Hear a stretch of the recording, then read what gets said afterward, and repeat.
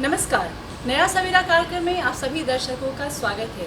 दर्शकों, कार्यक्रम के नाम से ही पता चलता है कि इस कार्यक्रम का खास उद्देश्य है। उद्देश्य ये है कि मुख्य धारा से भटके हुए लोगों की वजह से जहां पे पिछड़ापन, बेरोजगारी, दहशत के बादल छाए हुए हैं, उसे दूर कर नया सवेरा उदय करने की, जो किसी चुनौती से कम नहीं है। और इस चुनौती को स्वीकारा है केंद्र सरकार और राज्य सरकार ने, जो बिना रुके बिना थके लगातार काम कर रही है और कह सकते हैं कि सफलता का स्वाद हम चख रहे हैं।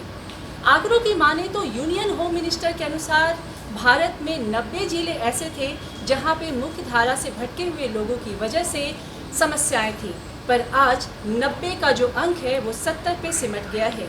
इन 70 जिलों में से 25 जिले ऐसे हैं जो अति नक्सली प्रभावित वाले क्षेत्र हैं, जिसमें दुर्भाग्य से कुछ जिले हमारे राज्य झारखंड में हैं। हम अपने कार्यक्रम के माध्यम से इन जिलों में हो रही उपलब्धि की जानकारी आप तक पहुंचाते हैं। हम आपको बताते हैं कि यहाँ पे कौन कौन सी योजना चल रही है और उस योजना से लोगों को कैसे लाभ मिल रहा है। इसी कड़ी में दर्शकों, आज हम आपको लिए चल रहे हैं नोवा मुंडी प्रखंड जेटिया गांव, जो पश्चिम सिंहभूम जिला में आता है। तो दर्शकों, चलिए रुक करते हैं नोवा मुंडी प्रखंड जेटिया गांव, पश्चिम सिंहभूम जिला। वहां जानते हैं कि कौन कौन सी योजना चल रही है जिससे लोगों को आर्थिक, सामाजिक, बौद्धिक और कह सकते हैं कि स्वास्थ्य और शिक्षा का भी लाभ मिल रहा है। आइए हमारे साथ रुक कीजिए। जेटिया गांव, पश्चिम सिंहभूम जिला। झारखंड सरकार ने प्रदेश के उन तमाम जिलों के प्रभावित प्रखंडों एवं पंचायतों को चिन्हित किया है जहां सरकार की कल्याणकारी योजनाएं एवं मूलभूत सुविधाएं ग्रामीणों तक नहीं पहुंच पा रही थी। इस कारण यहां के लोग अपने ही गांव घर से पलायन के लिए मजबूर थे। छोटी बड़ी घटनाओं को लेकर भी आपस में मारपीट, थाना पुलिस का चक्कर लगाने के लिए वे मजबूर थे। आपसी मतभेद की वजह से वे मुख्य धारा से भटककर दूसरे लोगों के बहकावे में आकर हथियार उठा लेते थे। इस दौरान वे न सिर्फ अपने घर परिवार से दूर रहे, बल्कि अपने ही गांव घर और अपने दोस्तों के लिए भी दहशत का पर्याय बनने लगे। ऐसा ही एक गांव है जेटिया, जो पश्चिमी सिंहभूम के नोवा मुंडी प्रखंड में है। यहाँ कई घटनाओं को इन लोगों ने अंजाम दिया। एक समय इनकी वजह से अशांति का माहौल था, लेकिन अब यहाँ धीरे धीरे सब सामान्य होता जा रहा है। जोहार दर्शकों, आप सब देख रहे हैं कार्यक्रम नया सवेरा और मैं हूं आपके साथ अभिषेक। दर्शकों, आप सबों को हम लगातार इस कार्यक्रम के माध्यम से दिखाते आ रहे हैं कि जो लोग मुख्य धारा से भटक गए हैं उन्हें पुलिस प्रशासन के द्वारा पुनः मुख्य धारा में जोड़ने का कार्य किया जा रहा है। साथ ही पुलिस प्रशासन के द्वारा ग्रामीण इलाकों में विकास के कार्य भी किए जा रहे हैं। इसी कड़ी में आज हम पहुँचे हैं पश्चिमी सिंहभूम जिला अंतर्गत जेटिया थाना। जेटिया थाना अंतर्गत जेटिया गांव हम लोग अभी चलेंगे, जो कि एक समय नक्सली प्रभावित क्षेत्र रहा है, लेकिन पुलिस प्रशासन के द्वारा वहां काफ़ी विकास के कार्य भी किए गए हैं।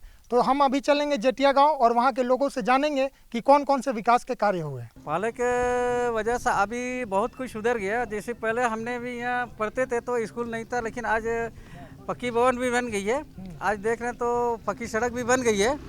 और प्लस जैसे पहले मैंने ताना नहीं था, ये पहले गुआ ताना था। गुआ ताना के बाद जगन्नाथपुर ताना कर दिया था और ताना आज जेटिया में भी बन गया है। पहले नक्सली का थोड़ा बहुत डर भय था।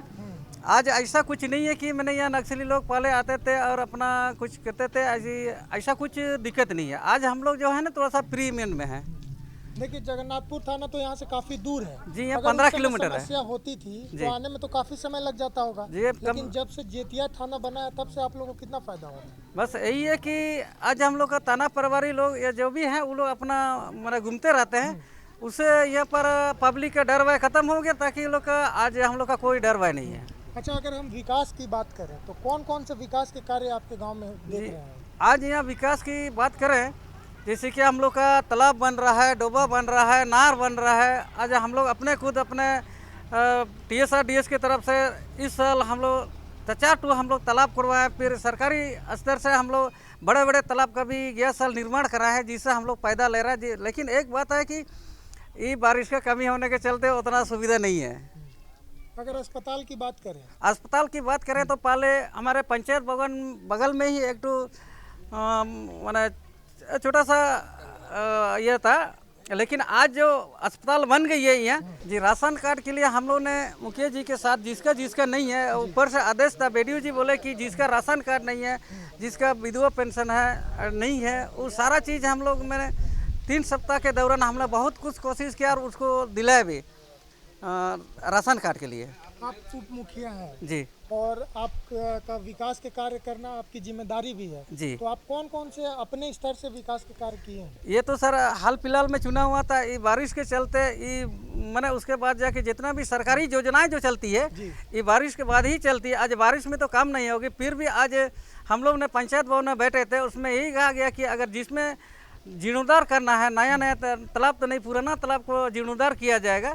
ये चीज़ हम लोग ने अभी पंचायत भवन में बैठ के अभी हम लोग आ रहे हैं। उग्रवाद की घटनाओं से क्षेत्र निजात पा चुका है। अन्य गांवों में भी तेजी से उग्रवादियों को पीछे धकेलने में सुरक्षा बलों को कामयाबी मिली है।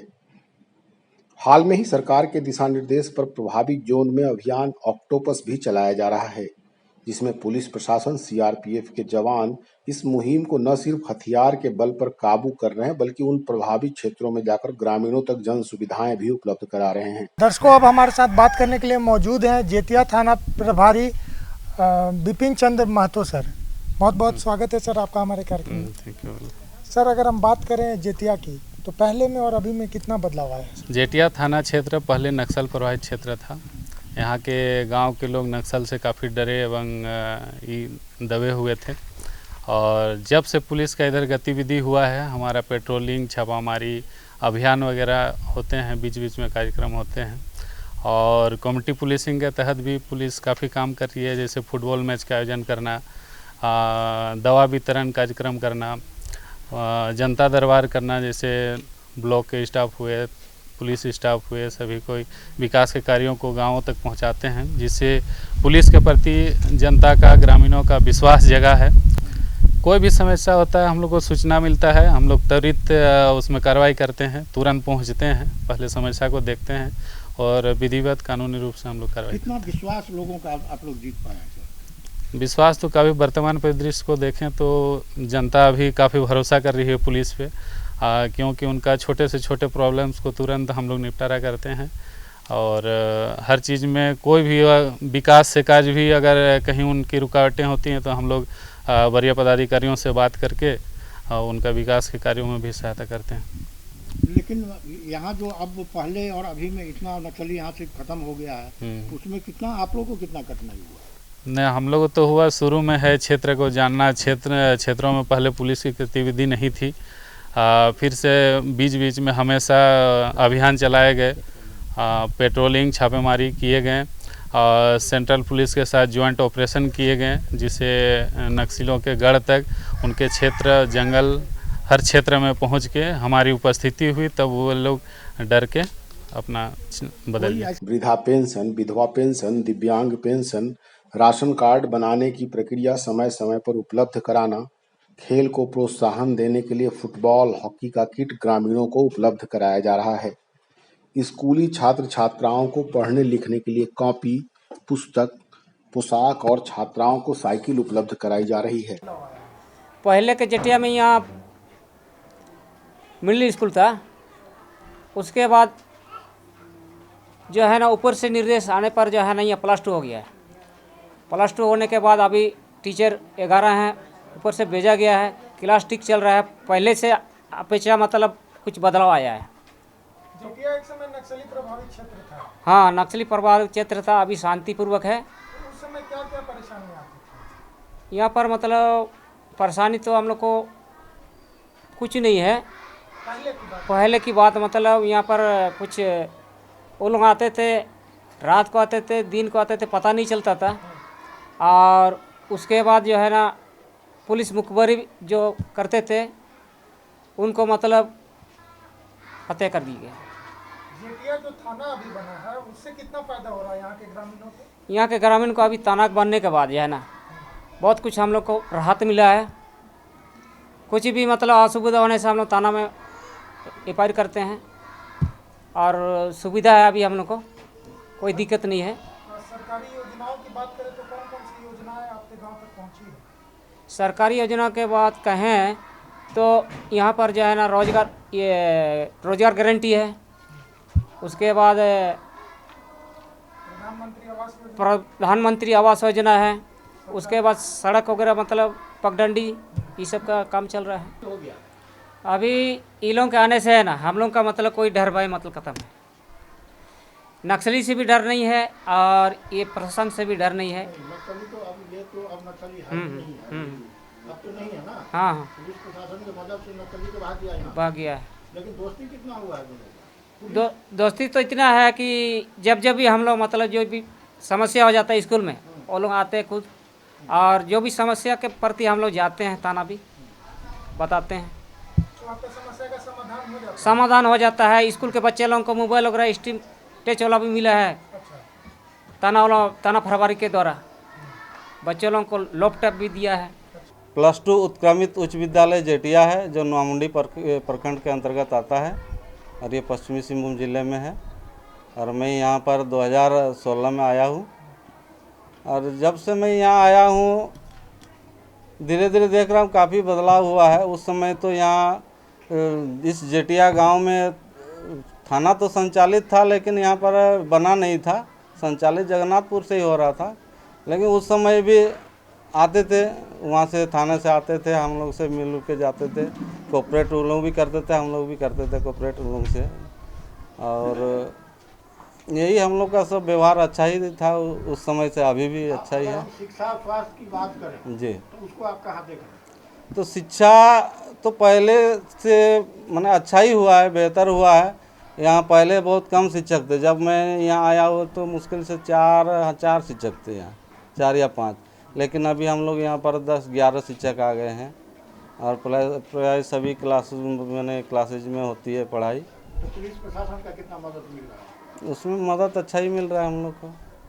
अगर बच्चों की बात करें तो जी। पहले से अभी बच्चों की संख्या बढ़ी है। जी बिल्कुल बड़ी है। पहले जब मैंने आया था तो लगभग 200 कुछ बच्चे थे, समथिंग बच्चे थे, लेकिन अभी हमारे पास 1000+ बच्चे हैं।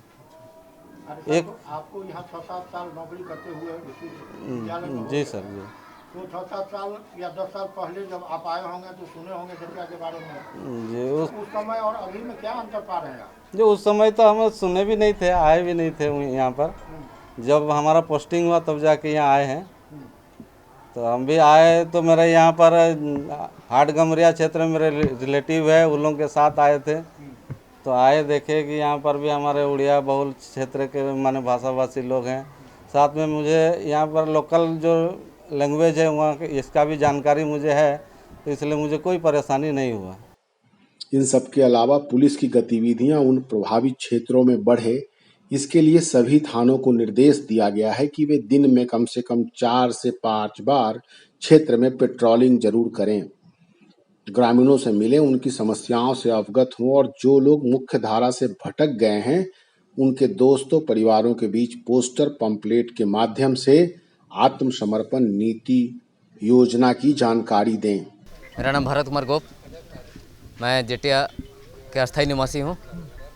हमारे गांव में यहाँ 1.5 साल हो गए थाना बने हुए हैं। आम जनता का सब कुछ सुरक्षा तो यहाँ थाना बन के ठीक है, लेकिन आम जनता खुश भी है।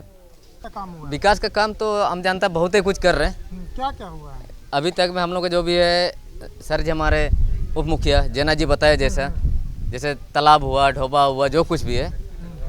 राशन कार्ड है आपका? जी। राशन उठावा करते हैं? जी। और आपका आयुष्मान कार्ड है? आयुष्मान कार्ड भी है सर। आयुष्मान कार्ड से क्या लाभ है? आयुष्मान कार्ड से हॉस्पिटल में है सर। क्या? उसमें सर थाना नहीं बना हुआ था तो बहुत ही दिक्कत था गांव में, क्योंकि आम जनता को चलने में, चाहे कहीं पर जंगल जाने में भी दिक्कत होती थी। और हम लोगों का सबसे पहले थाना था जगन्नाथपुर, लास्ट में गुआ था। गुआ से जगन्नाथपुर में वो लोग ठहरे थे। बाद में हम लोग का जेटिया थाना में हम लोग ज़मीन खुद दान में दिए। दान में देने के बाद यहाँ पर थाना बना सर। EGS स्कूल तो पहले बिल्डिंग नहीं था, ये किसी का आंगन में या पेड़ के नीचे में, फिर पेड़ के नीचे से फिर ये झोपड़ी बना लिया अपने से, कच्चा ईटा से या ईंटा गाड़ करके। फिर वहाँ पर 5 क्लास तक 2003 से 7-8 तक हम लोग झोपड़ी में थे। फिर झोपड़ी से 2009 में बिल्डिंग बन गया, तो 2009-10 से हम लोग को बिल्डिंग में पढ़ाया था बच्चा लोग को। फिर हम लोग को वहाँ हम ही दोनों वहाँ पर बच्चा सब ज़्यादा संख्या हो गया, गगासई में, तो 2 जन टीचर थे। एक टीचर HM बने तो HM को बाहर का काम देखता है। अच्छा मैडम, अगर हम बात करें विकास का, तो आप पहले और अभी में कितना बदलाव देखते हैं? अभी पहले तो बहुत मतलब समस्या था। क्या समस्या था पहले तो हम इन लोग को बहुत दिक्कत है। मेरा को तो हम फर्स्ट बार मतलब ये ज्वाइन किए थे ना, तो स्कूल भी नहीं था। स्कूल बन गया, बिल्डिंग हो गया, ज़्यादा संख्या हो गया, टीचर कम था, तो कम हो करके यहाँ मुआवजा करके यहाँ लाया है। 2018 में लाए बच्चा लोग सब टीचर बच्चा सब।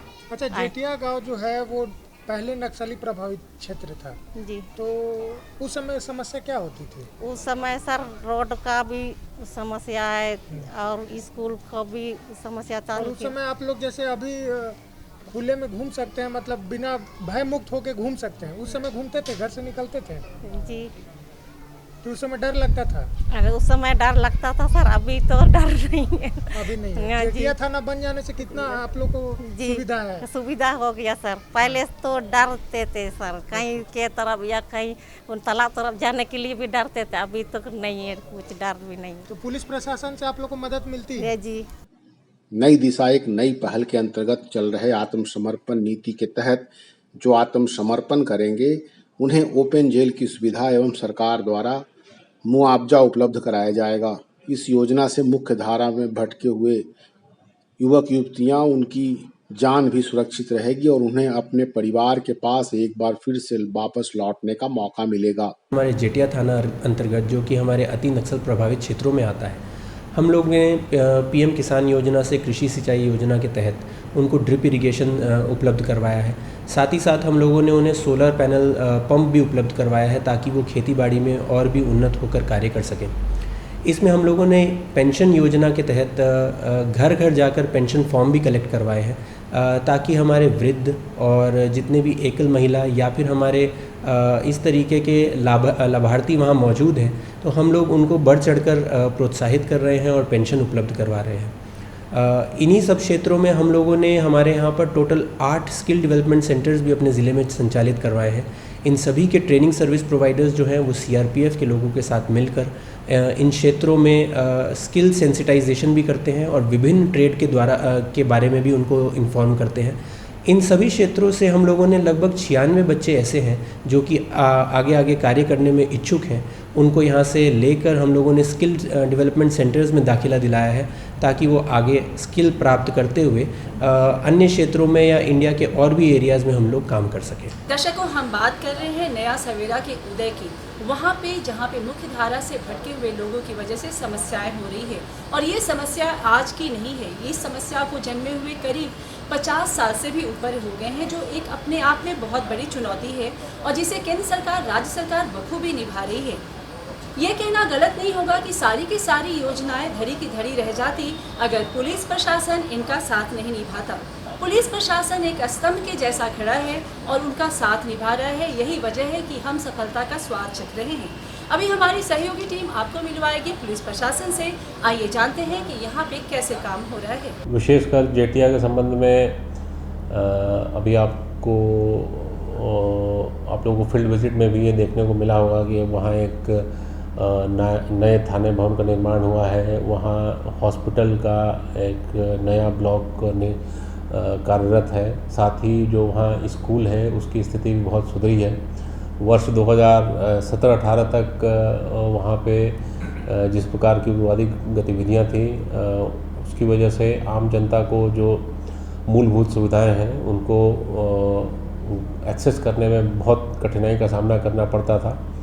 और जिस प्रकार से नक्सल विरोधी अभियान चलाया गया पश्चिमी सिंहभूम पुलिस के द्वारा केंद्रीय बलों के साथ एवं अन्य बलों के साथ मिलकर, उसका एक बहुत सकारात्मक असर रहा उस क्षेत्र में।